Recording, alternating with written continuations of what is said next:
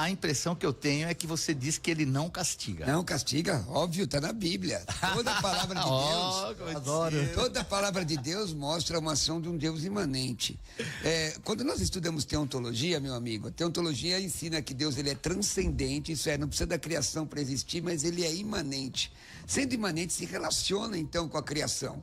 Se relacionando com a criação, ele propõe, estabelece paradigmas que o ser humano deve cumprir. O próprio conceito de pecado é isso.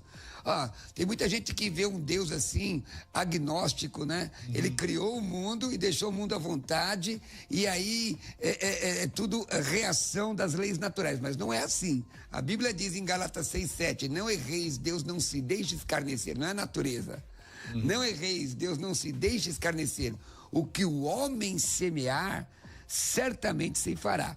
A diferença da visão de castigo com relação a Deus, pastor Luciano Scala, diferentemente dos deuses do panteão grego, por exemplo, não é? Que os deuses do panteão grego impetravam juízos sobre a humanidade, não é? Essa era a crença antiga grega, romana e outras religiões antigas. A seu bel prazer, Deus não. Deus estabeleceu a lei da reciprocidade.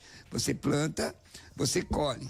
Tudo é permissão de Deus. Inclusive é para aquele texto de Isaías, não é? Eu crio o mal, não é um mal absoluto, mas é um mal pontual. Começa aí as minhas considerações iniciais aí. Aí, mas já dá uma pimentinha aqui. Mas e você acha então que Deus não é pai, ele é um vovô, porque o vovô é assim, né? O menino aparece lá pendurado na cortina, o pai fala, desce daí, menino. Aí o vô fala assim, não, deixa o menino, ele tem energia. Não é vovô, não, essa né? deve ser, talvez seja uma visão do pastor Luciano, mas não é a minha. Porque a Bíblia diz que fiéis são as feridas feitas pelo que ama. Opa! E quem ama, tá lá em Provérbios, quem ama mais do que Deus, ele é amor. O texto grego, aliás, deixa eu só dizer aqui, cadê a cara? Rei Irene tu queria, paz o Senhor em grego bíblico, eu sempre faço isso, né? João 3,16 diz, Roseos regapsen cosmon, Deus amou o mundo, e fiéis são as feridas feitas pelo que ama. Alguém ama mais do que Deus? Não é possível, né? Perfeito, então, nós já temos participação, não, eu quero primeiro ouvir aqui a opinião por parte do pastor Luciano. Pastor Luciano, o que você acha? Deus castiga ou a gente só vai colher do que a gente semear? Legal, bispo, pastor Roberto Cruvinel fez uma explicação que eu acho excelente, né? Porém, eu penso bem diferente dessa concepção. Vamos lá, quando nós temos a noção de castigo, a noção de pecado, a noção de salvação, dentro da perspectiva do Antigo Testamento, nós temos uma perspectiva que ela é diferente da perspectiva apresentada no Novo Testamento. Então percebe que nós temos a ideia de salvação no Antigo Testamento totalmente relacionada à obediência à lei. Nós temos a ideia de salvação ao povo de Israel. Então a mudança ocorre quando vem o Novo Testamento, quando nós começamos a viver na dimensão da graça. A ideia de castigo, percebe que no Antigo Testamento nós temos diversos exemplos.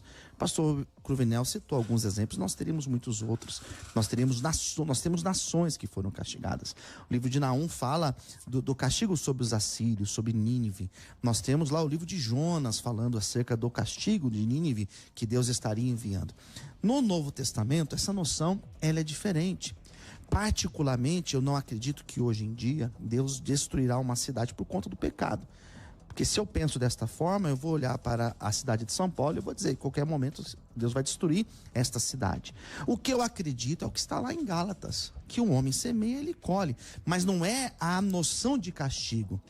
Nós temos, por exemplo, o texto de João capítulo 9, que é um texto emblemático. Quando chegaram para Jesus, disseram, esse homem aqui, ele é cego. Mas por que ele é cego? Ele pecou ou seus pais pecaram? Ou seja, é um castigo. Porque no Antigo Testamento essa noção era muito viva. E qual foi a resposta de Jesus? Nenhuma coisa nem outra.